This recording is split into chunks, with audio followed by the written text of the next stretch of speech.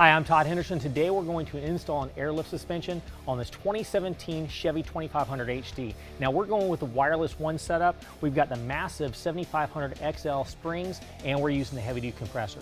If you have any questions, click the info button or visit link in the description. Let's go ahead and get started. Okay, so the first thing we're going to want to do is build our airbag tower. Now what I'm going to do is I'm going to install the passenger side first. The driver's side installs the exact same way.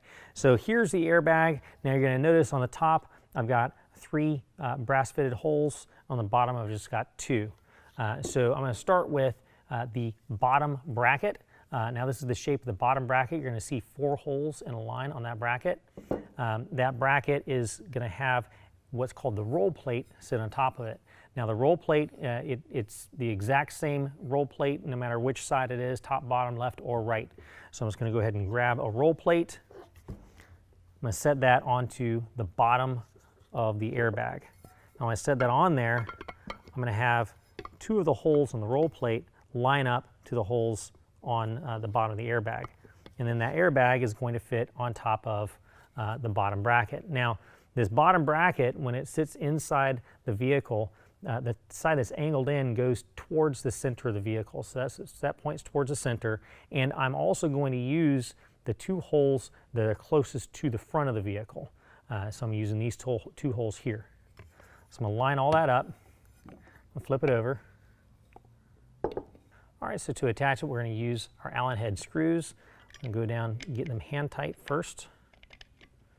Just get them lined up.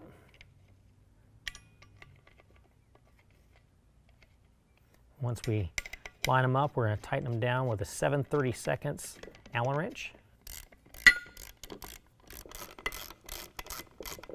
And once we get them snugged in there, we just get them nice and fairly tight. We don't want to get them over tight.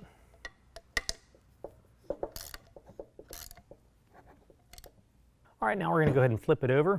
Now what we're going to see on the front side, just like this is facing to the inside, the top of the airbag, you want to make sure that this is also to the inside. If it's not to the inside, go ahead and take it apart, spin it around, make sure that this is to the inside. Now we are going to go ahead and attach our elbow to that same location. So we're going to turn it, get it where it's nice and finger tight. Once it's finger tight, we're going to turn it 1.5 more turns using a 9/16.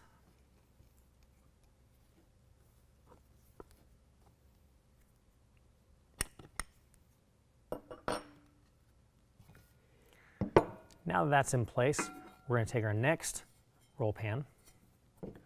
We're going to line that up on top of the airbag. And then we're going to take our top bracket.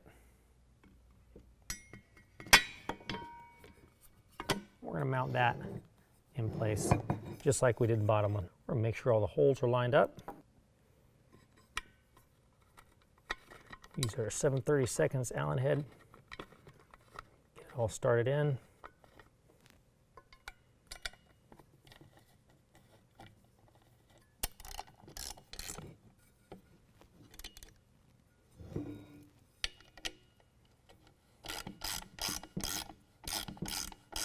Okay, now that we've got that all already assembled, let's go ahead and prep up the truck so we can install this.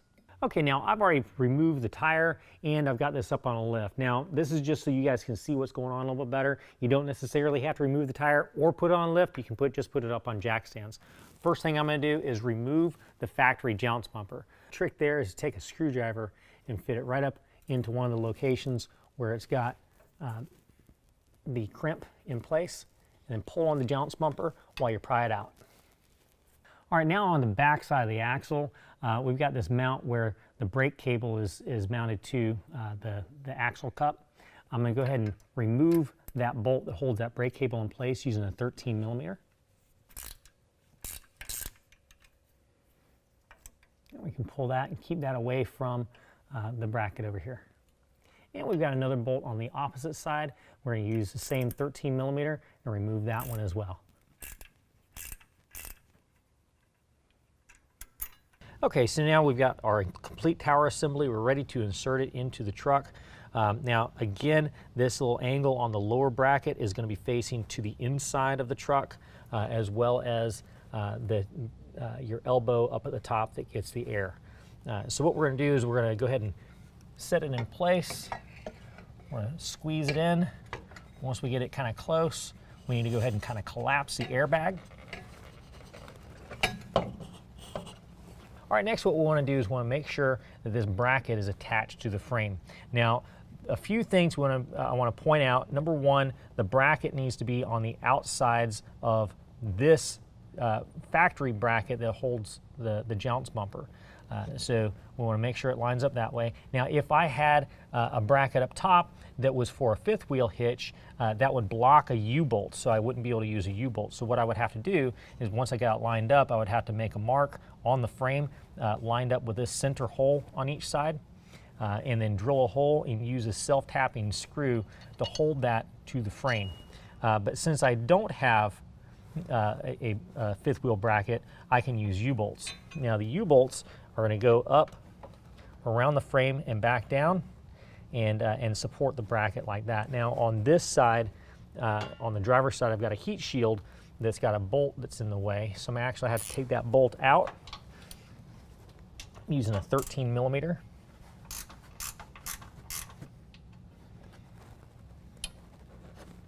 Now with that bolt out of the way, I can go ahead and lift up the heat shield and drop my other U-bolt in place. I'll reattach that bolt after this is already attached. All right, so now what I'm going to do, I'm going to go ahead and get these bolts lined up first. When I get them lined up, I'm just going to get them in there finger tight.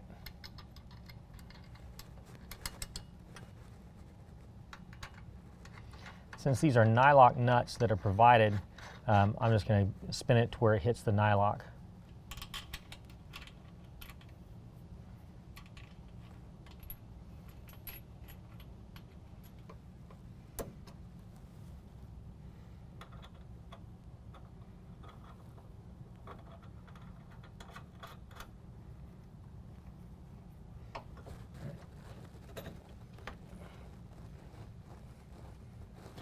All right, so now that we've got this in place, I'm going to go ahead and start tightening down the U-bolts. Now I want to make sure, there again, that this frame is on the outside of this frame. That way it's not impinging on itself. And I'm going to tighten them up evenly and in a crisscross pattern.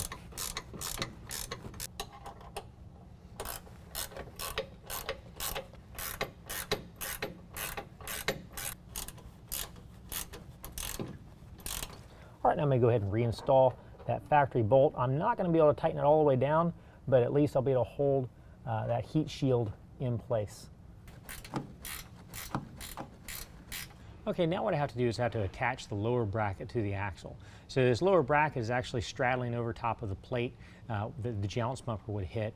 I got to pull that down. Now because I don't have any pressure on this rear axle, it's actually changing the pinning angle a little bit. So I actually have a little bit of bind starting from the back. So I need to pull on this side here more than I pull on the back side to get this lowered down. Once I have that lowered down, I have this bracket that actually straddles the bottom of the axle. Then I have a carriage bolt that's going to drop through. Now the head of the carriage bolt is going to drop into this rectangular opening.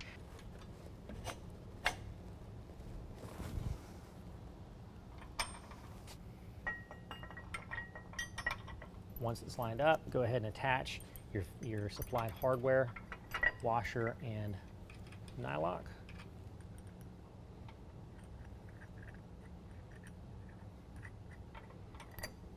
Okay, now I'm on the opposite side. One of the main keys here is you want to make sure this lower bracket is drawn all the way down over top of that mount, and then everything will line up. Once it's lined up, go ahead and attach your supplied hardware, washer, and nylock. And next we're going to go ahead with our 9/16 and tighten down both sides evenly.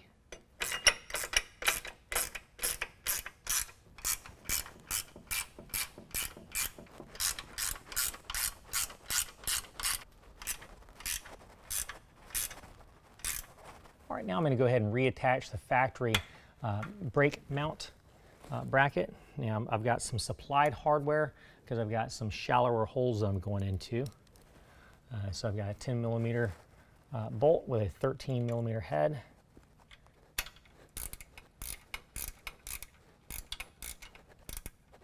And on the front side, we can go ahead and reattach the e-brake cable as well with its bracket. And again, we've got the supplied hardware. It's a little bit shallower than the factory hardware. That way it doesn't bottom out whenever it hits the frame bracket.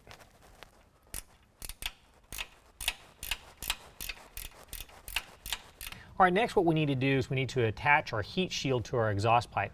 Now I've already gone ahead and bent the tabs on the heat shield to make sure I have at least a 1/2 inch air gap between the exhaust pipe and the heat shield. That heat shield is going to go right up into this location here. And that is going to attach to the exhaust pipe with some band clamps. I've already got one band clamp on there. The next band clamp I'm going to put on, I'm going to show you how we do that. I just basically take the band clamp apart. I've got a little 5/16 socket. Pull that band clamp apart. I'm going to wrap it around the exhaust pipe. And then I'm going to put it back together.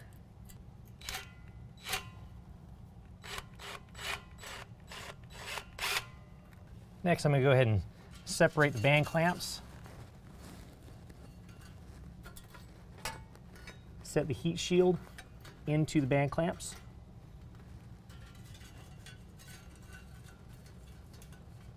Now I can tighten both those band clamps down.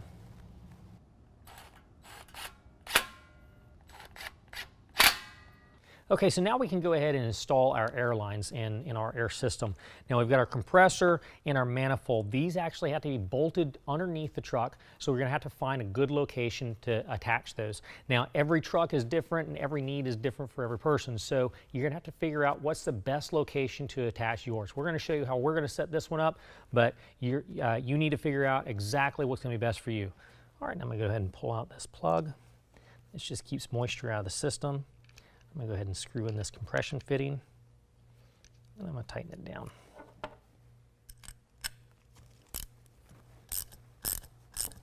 All right, now I'm installing my manifold bracket to the manifold.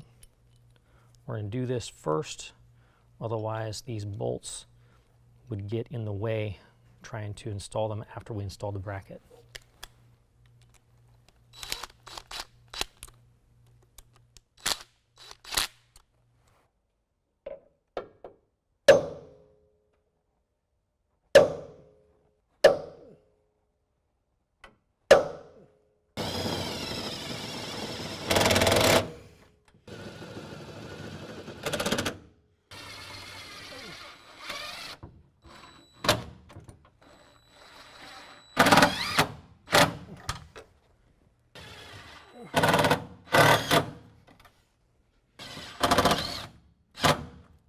All right, now here is my tubing that we get 2.5 feet of. That goes from the lead line to the manifold. Now when I cut this tubing, I want to make sure that I cut it at a perfect 90-degree angle. If I have a little bit of a barb on that tube, it will mess up the fitting and I'll end up with a leak. All right, now I'm going to go ahead and attach my tubing to one end of the line. Once I fit it in place, I'm going to fit it over top of the gas tank and tie it off so it doesn't move. And then I'm going to run the other end of the tubing to my air pump. All right, so I'm going to go ahead and put the air filter above the fuel tank. I'll wrap a cable tie around it.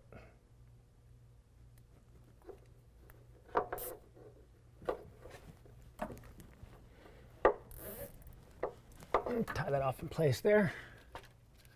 We'll bring this around, see where it needs to be for the fitting.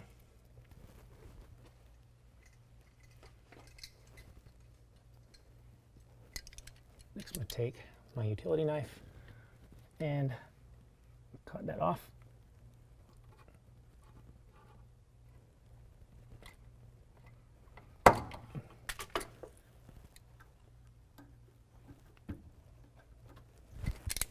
All right, so what we've done is we're going to go ahead and run our Schrader valves to our fuel door cap so that if in case of an emergency, we can fill up with air at this location if the pump goes down. So I'm going to use a 5/16. I'm just going to go through this plastic.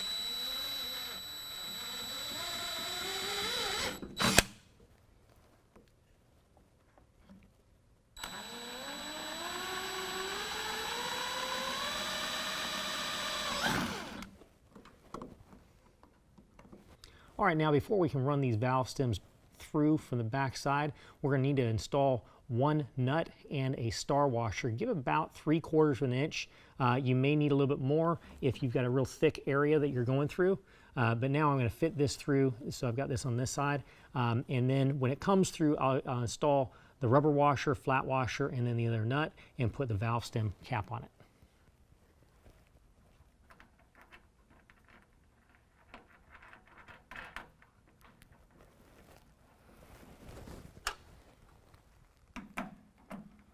I'm using a 13mm socket. Tighten this up. And you do that to both sides. Now we decided to make this left Schrader valve for the driver's side, so I went ahead and marked the tubing coming out of that with blue tape. I'm going to go ahead and run that up into the wheel well, run it over top of the gas tank, and line it up on the other side where we can hook it up to our T's. All right, now this is going to go ahead and connect our T connectors. We're going to go from the manifold down to the T, back to the Schrader valve, and then also to the passenger side airbag first. So I've got a very small piece of tubing cut. I'm going to go from the manifold to my T fitting. Now I've got my line going from my Schrader valve. This is my passenger side Schrader valve. I do not have that one marked with the tape. And this is going to my passenger side airbag. Now I'm going to do something very similar with the driver's side. I'm going to go ahead and install my T fitting, same way as I did for the passenger side. Then I'm going to grab my air supply line for the driver's side Schrader valve. And next, I'm going to run my supply line over to my airbag on the driver's side. Now I've got my lead line. I need to go ahead and attach that to the manifold intake. So what I'm going to do is I'm going to take apart the compression fitting. Now this portion of the compression fitting is going to slide over top of the tubing. I'm going to slide the tubing onto compression fitting like so. All right, now that it's all the way on, I'm going to go ahead and take the threaded end of the fitting and tighten it down. Use a 17mm to hold it tight up top, and a 13mm to tighten it down. Next, I'm going to take this end, bring it back up, and then fit it into the compression fitting elbow on the manifold. All right, now before we attach this tubing to our elbow fitting on the passenger side, we're kind of close to our exhaust pipe here, so we've got a supplied heat shield that's going to be a sleeve. We're going to slide that over top and fit that into the elbow fitting.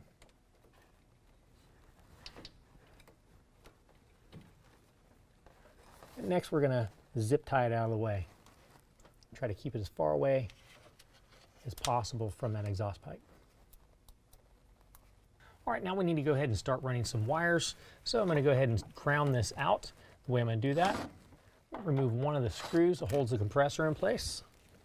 Take my relay and my ground wire from the compressor, run them back behind that.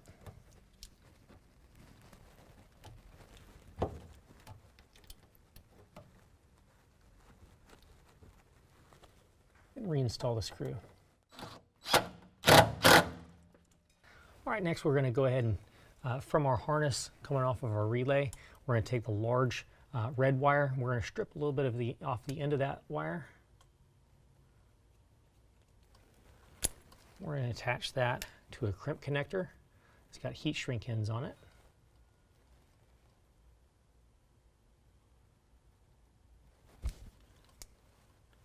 Or crimp that in.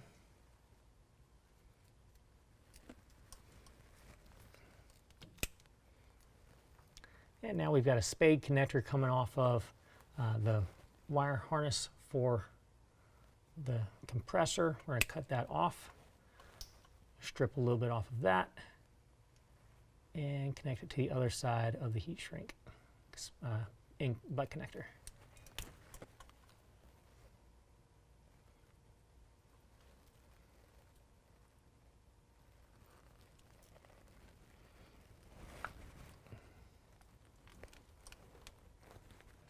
right, now I'm going to go ahead and use the heat gun to attach these heat shrink connectors.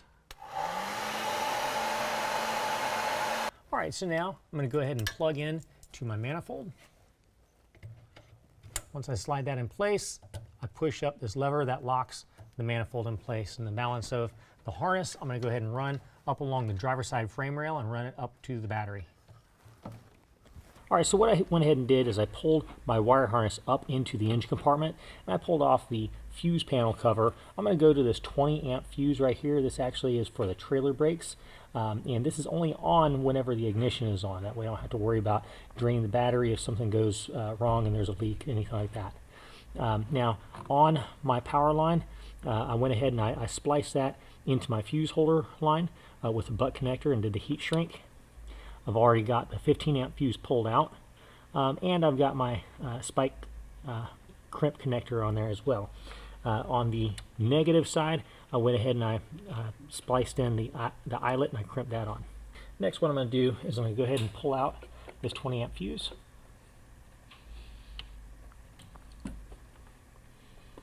Now, in your kit, you're going to have a fuse connector. It just slips right over that 20 amp fuse and gives you something to attach to. So I'm going to reinsert the 20 amp, and the fuse holder wire is going to slip right over that. All right, now what we're going to do is we're going to go ahead and ground it out. Now I'm just going to put this right onto the battery. There's all kinds of different places where you can ground to your engine compartment. But we've got a nice little post right here on the negative terminal, so I figure that's as good a place as any. Once we get that tightened down, I'm going to go ahead and tie all these wires out of the way to give it a nice clean look. And lastly, I'm going to go ahead and install the 15 amp fuse into the system and test out our new system. Well, that concludes the installation. If you have any questions, click the info button or visit the link in the description.